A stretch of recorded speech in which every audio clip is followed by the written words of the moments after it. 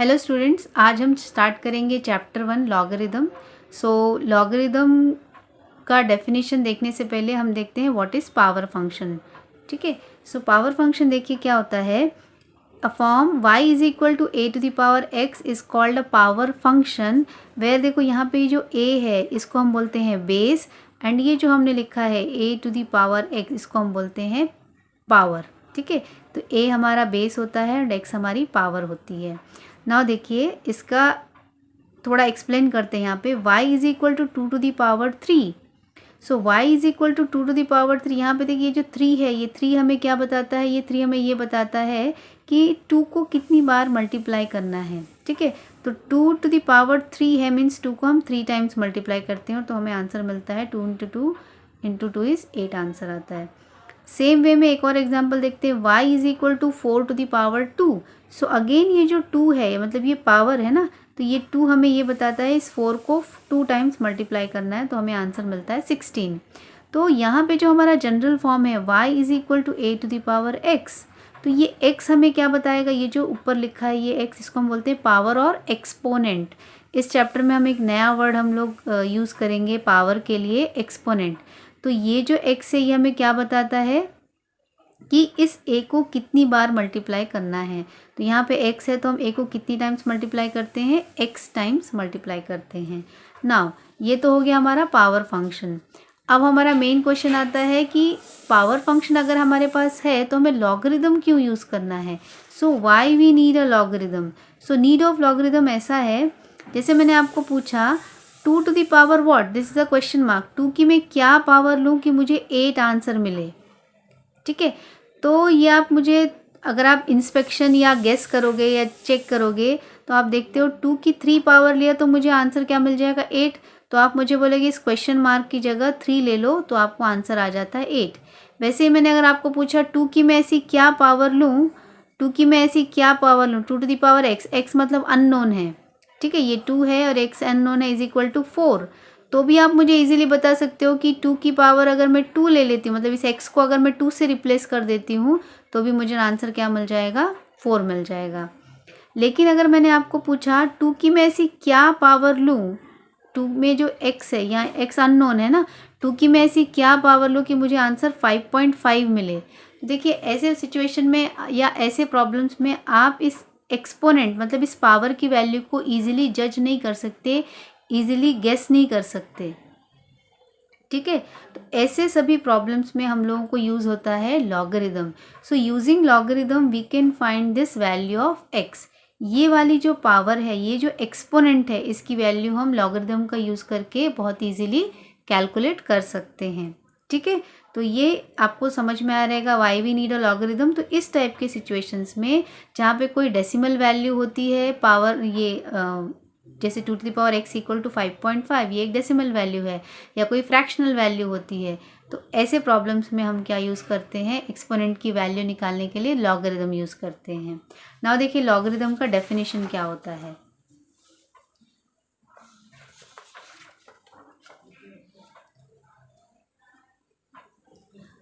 Now definition of logarithm. So what is the logarithm. तो अभी हमने देखा हम लोगों को x की वैल्यू निकालनी है, मतलब जो पावर है उसकी वैल्यू निकालनी है using logarithm. So logarithm is nothing but finding the exponent. Logarithm क्या है, logarithm is nothing but finding the exponent. So the inverse of power function is called logarithm. Power function के inverse को ही हम क्या बोलते हैं, लॉगरिदम बोलते हैं। ठीक है, नाउ यहाँ पे देखो y is equal to a to the power x, ये क्या है, एक पावर फंक्शन है।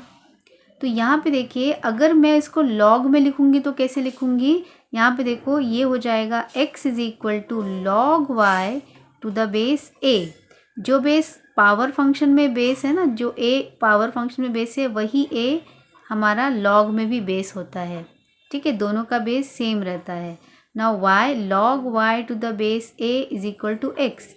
क्यों मैंने ऐसा लिखा, क्योंकि लॉग का मतलब क्या होता है, पावर की वैल्यू निकालना ही लॉग है। Finding the exponent is the log. ठीक है, तो फाइंडिंग द एक्सपोनेंट मतलब क्या होता है, पावर। तो ये हमारी पावर है x, तो x की वैल्यू निकालना ही लॉग है। ठीक है, तो इसको हम क्या बोलते हैं, logarithm is an exponent. Logarithm क्या है, एक एक्सपोनेंट है। तो एक्सपोनेंट मतलब ये पावर, तो x is equal to log y to the base a, ये आपको याद रखना है। और जब भी आप क्वेश्चन सॉल्व करेंगे तो आपको ये फॉर्म मालूम होना चाहिए लॉग का, ठीक है। तो यहाँ पे कुछ एग्जाम्पल्स है, जैसे मैंने लिखा पावर फॉर्म में लिखा है 10 स्क्वायर इज इक्वल टू 100, ठीक है। तो ये कौन सा फॉर्म है, पावर फॉर्म, और इसको हम क्या बोलते हैं, एक्सपोनेंशियल फॉर्म। इसी को अगर मैं लॉग में लिखूंगी तो यहाँ पे देखो ये 10 क्या है, 10 बेस है, 2 मेरा पावर है, और ये 100 क्या है, इसकी वैल्यू है। तो इसे अगर मैं लॉग में लिखूंगी तो क्या आएगा, x is equal to log y to the base a। तो देखिए यहाँ पे मेरा x क्या है, x इज 2, इसकी पावर 2 है ना, x क्या होता है, पावर होता है, लॉग y, y मतलब ये 100, तो लॉग y, और बेस तो इसका जो बेस रहता है वही बेस इसका आता है 10 बेस, तो 2 is equal to log 100 to the base 10। इसको हम क्या बोलते हैं, लॉगरिदमिक फॉर्म। ये क्या हो गया, लॉगरिदमिक फॉर्म। इसी को आप ऐसा भी लिख सकते हो, log 100 to the base 10 is equal to 2। तो ये हमारा डेफिनेशन ऑफ लॉग हो गया। नेक्स्ट देखते हैं, देयर आर सम नोट्स। अभी हम लोग यहाँ पे पावर फंक्शन की जगह एक्सपोनेंशियल ये वर्ड हम यूज़ करेंगे, पावर की जगह क्या वर्ड यूज़ करेंगे, एक्सपोनेंट, ठीक है। Now 2 to the power 5 is equal to 32, ये एक और एग्जाम्पल लिया हमने, 2 to the power 5 is equal to 32 होता है, दिस इज एक्सपोनेंशियल फॉर्म, मतलब ये पावर है ना, ये हम सबको पता है, 2 की पावर 5 मतलब 2 को 5 टाइम्स मल्टीप्लाई करोगे तो 32 आता है, इसको हम बोलते हैं एक्सपोनेंशियल फॉर्म। इसी को अगर मैं लॉग में लिखना चाहूँगी तो कैसे लिखूँगी, लॉग में क्या लिखते हैं, लॉग मतलब क्या, पावर निकालना, पावर की वैल्यू निकालना, तो पावर यानी 5 हो गया, 5 इज इक्वल टू लॉग 32 और बेस 2, जो बेस पावर फंक्शन में होता है, एक्सपोनेंशियल फंक्शन में होता है, वही बेस लॉग का भी होता है, तो log 32 to the base 2 is equal to 5, ये कौन सा फॉर्म हो गया, लॉग फॉर्म हो गया। नाउ देखिए प्रॉपर्टीज़ ऑफ लॉग, ये बहुत ही इंपॉर्टेंट पॉइंट है, प्रॉपर्टीज़ ऑफ लॉगरिदम।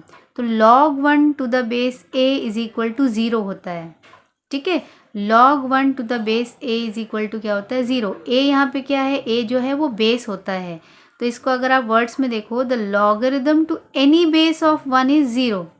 आप log का कोई भी बेस ले लो, 1 बेस ले लो, 2 बेस ले लो, 3 बेस ले लो, हर एक बेस के लिए log की वैल्यू क्या होती है, log 1 की वैल्यू क्या होती है, 0 होती है। जैसे यहाँ पे मैंने एग्जाम्पल लिखा है, a हमारा हो गया सपोज 10, तो log 1 टू द बेस अगर 10 रहेगा तो भी log 1 की वैल्यू 0 होती है, अगर इसका बेस 3 रहेगा तो भी, अगर log 1 है और बेस 3 है तो भी वैल्यू 0 रहेगी। तो ये आप अच्छे से याद रख लीजिए कि log 1 कहीं पर भी दिखता है और बेस चाहे कुछ भी हो, 2 हो, 3 हो, 4 हो, 10 हो, ABC कुछ भी बेस हो, अगर log 1 है तो उसकी वैल्यू क्या हो जाती है, 0 हो जाती है।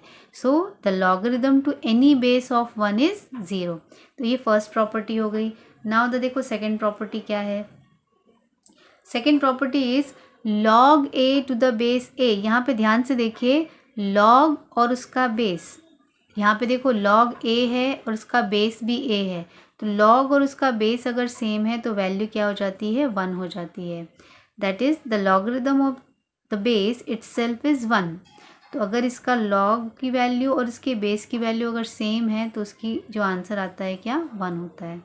जैसे फॉर एग्जांपल log 2 बेस 2, देखो यहाँ पे आप ध्यान से देखिए, यहाँ पे भी 2 है और उसका बेस भी 2 है, तो उस केस में हम इसकी वैल्यू क्या हो जाती है, log की 1 हो जाती है वैल्यू। सेम वे में अगर ये log 5 है और बेस भी अगर 5 है तो उस केस में भी वैल्यू क्या हो जाती है, 1। मतलब यहाँ पे अगर log और उसका बेस अगर सेम है तो वैल्यू हमेशा क्या मिलेगी, आपको 1 ही मिलेगी। तो ये दो इम्पॉर्टेंट प्रॉपर्टीज़ है, ये हमको याद रखनी है। नाउ नेक्स्ट देखते हैं types of logarithm. So types of logarithm में there are 2 types of logarithm, common log and natural log, ठीक है। सो कॉमन लॉग के लिए हम क्या लिखते हैं, LOG, और नेचुरल लॉग के लिए लिखते हैं LN, ठीक है। Common log and natural log, there are 2 types. तो फर्स्ट देखते हैं common log. What is common log, the base 10। देखिए लॉग में जो टाइप्स है उसको आइडेंटिफाई कैसे किया जाता है, on the basis of base, मतलब क्या क्राइटेरिया है लॉग को आइडेंटिफाई करने का, उसका बेस देख के हम आइडेंटिफाई करते हैं। अगर किसी लॉग के बेस में 10 लिखा है, इसका मतलब वो क्या है, कॉमन लॉग है। The base 10 logarithm is called common log. किसी भी लॉग में अगर बेस 10 है तो वो हमारा कौन सा लॉग होता है? कॉमन लॉग होता है। ठीक है, तो यहाँ पे देखिए, यहाँ पे मैंने नोट बना के लिखा है often the subscript base is dropped. कभी कभी कॉमन लॉग में बेस नहीं भी लिखा होता तो भी हम उसे क्या सपोज करना होता है कि वो कॉमन लॉग है। ये आप याद रखो, कॉमन लॉग में बेस अगर 10 लिखा है तो आप इजीली समझ सकते हो कि ये कॉमन लॉग है। कभी कभी लॉग में बेस नहीं भी लिखा होता, तो अगर बेस लिखा ही नहीं है तो उस केस में हमें कौन सा लॉग कंसिडर करना है? उसको कॉमन लॉग ही कंसिडर करना है। तो यहाँ पे उन्होंने बोला है कई बार वो सबस्क्रिप्ट जो है वो ड्रॉप हो जाता, मतलब नहीं लिखा होता, तो भी हमें उसे क्या कंसिडर करना है? एज कॉमन लॉग ही कंसिडर करना है। ठीक है, अब यहाँ पे देखो, यहाँ पे कुछ एग्जांपल्स लिखे हैं मैंने, जैसे log 3510 टू द बेस 10। अगर यहाँ बेस 10 लिखा है मतलब ये कॉमन लॉग ही है। लेकिन अगर मान लो कुछ लिखा ही नहीं है, log 3510 बेस लिखा ही नहीं है, इसका मतलब हमें इसे क्या कंसिडर करना है? ये कॉमन लॉग ही कंसिडर करना है। देखिए एक और एग्जाम्पल है log 100 टू द बेस 10। अगर बेस 10 लिखा है मतलब ये कॉमन लॉग है। अगर मान लो कुछ भी बेस की वैल्यू नहीं लिखी है, सिर्फ log 100 लिखा है, तो भी हम इसे क्या कंसिडर करना है? एज कॉमन लॉग ही कंसिडर करेंगे। ठीक है, तो यहाँ पे देखिए, इसमें एक नोट पॉइंट मैंने आपको बताया है, क्योंकि आप डिप्लोमा में हैं और डिप्लोमा में साइंटिफिक कैलकुलेटर अलाउड है। ठीक है, non programmable scientific calculator allowed है। तो आप अगर कैलकुलेटर यूज़ करते हैं तो उसमें कौन सा की आप यूज़ करेंगे? log बेस 10 का एक की होता है, वो हम यूज़ करते हैं टू फाइंड कॉमन लॉगरिदम। ठीक है, तो नेक्स्ट देखते हैं natural log.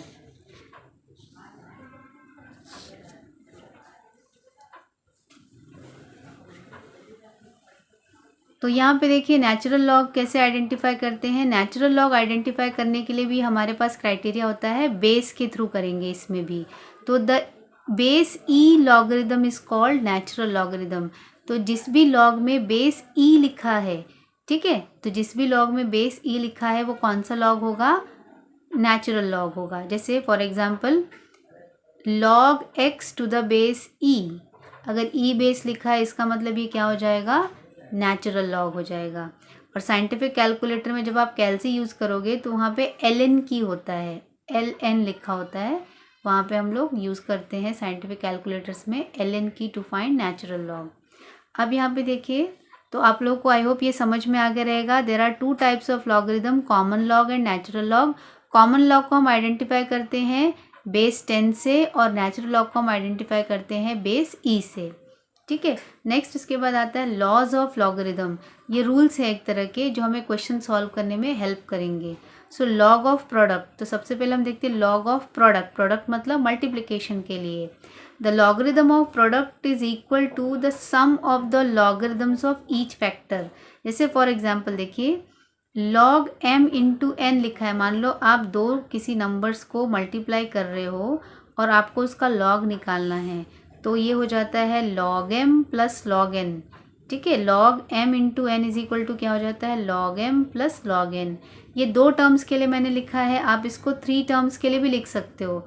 log m into n into r को हम क्या लिख सकते हैं? log m plus log n plus log r। ऐसे ही आपके क्वेश्चन में जितने नंबर ऑफ टर्म्स रहेंगे उतने नंबर ऑफ टर्म्स तक हम इसको एक्सटेंड कर सकते हैं, बढ़ा के लिख सकते हैं। ओके, तो ये हमारा हो गया लॉग ऑफ प्रोडक्ट, मतलब मल्टीप्लिकेशन के लिए। और ये रूल्स आपको मतलब याद रखने होंगे, तो जैसे ही आप क्वेश्चन सॉल्व करेंगे इन रूल्स से रिलेटेड आपको ऑटोमेटिकली ये याद हो जाएंगे रूल्स। इसके बाद नेक्स्ट आता है लॉग ऑफ कोशेंट। नेक्स्ट जो रूल आता है that is log of quotient. Quotient मतलब होता है डिवीजन के लिए। ठीक है, तो डिवीजन के लिए देखिए लॉग क्या है? log m upon n। मान लो हम 2 नंबर्स को डिवाइड कर रहे हैं और हमें उसका log निकालना है, तो ये क्या हो जाता है? log m minus log n।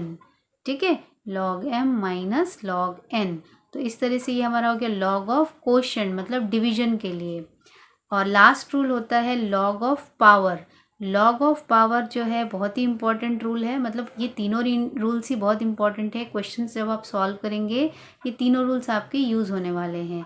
तो देखिए लॉग ऑफ पावर मतलब मान लो m to the power n है, किसी नंबर की पावर दी हुई है और उसका हमें लॉग चेक करना है, तो ये जो पावर है ये आगे मल्टीप्लाई हो जाता है n into log m to the base a। ये जो पावर है आगे मल्टीप्लाई हो जाता है n into log m to the base a। तो इस तरीके से ये आपके 3 रूल्स है लॉगरिदम से रिलेटेड, और ये तीनों रूल्स बहुत इंपॉर्टेंट है। जब आप क्वेश्चन सॉल्व करेंगे तो आपको ये रूल्स यूज़ होंगे। ओके, तो इस तरीके से ये हमारा बेसिक्स जो था लॉगरिदम का ये मैंने क्लियर कर दिया है आपको, और इससे रिलेटेड जो क्वेश्चंस के वीडियो है वो मैंने ऑलरेडी आपको डाले हुए हैं। ठीक है, ओके, चलिए, थैंक यू।